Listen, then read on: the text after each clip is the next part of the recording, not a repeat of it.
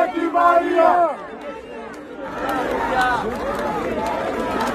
Αγαπητοί μου συμπολίτες,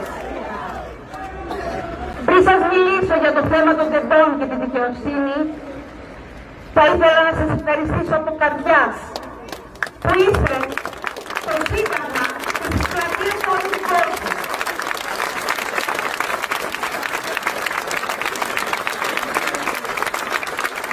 Βρεθήκαμε μαζί μας για να γίνουμε πάλι μια αγκαλιά, μια φωνή, για να διεκδικήσουμε τη δικαιοσύνη και για να μιλήσουμε για την Ελλάδα που μας αξίζει.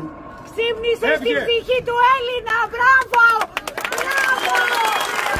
Μπράβο! Να σας ευχαριστήσω που καταλαβαίνετε ότι το έγκλημα στα τέμπη δεν αφορά 56 οικογένειες. Είναι μόνο αυτό. Αφορά... Είναι και τα εμβόλια. Είναι πολλά πράγματα. Αφορά όμως όλη την κοινωνία.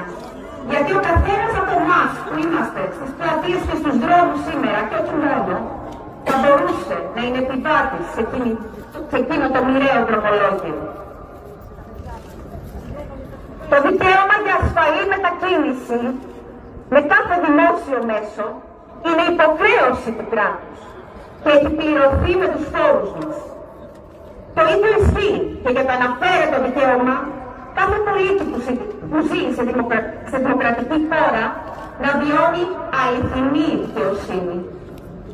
Να είναι σίγουρος ότι όλοι είναι ίσοι απέναντι στον νόμο, χωρίς ξεπλήματα ευθυνών για πολιτικούς που μέσα από την ασυλία τα ξεφεύγουν και θα συνεχίζουν τα εγκλήματα εναντίον όλων μας.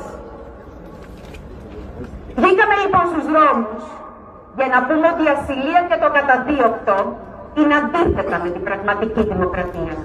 Και εμείς